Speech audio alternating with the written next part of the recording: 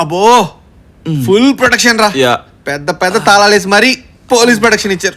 Police protection అదేంటి?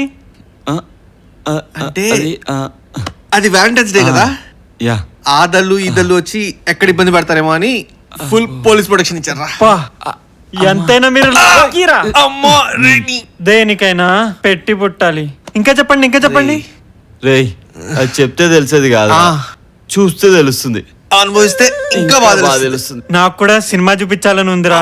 నాలో కూడా ఫుల్ కరెంట్ రా. రేయ్ కరెంటు పవర్ హౌస్లు చెప్పుకోవడానికే నువ్వు తట్టుకోలేవు రాజా.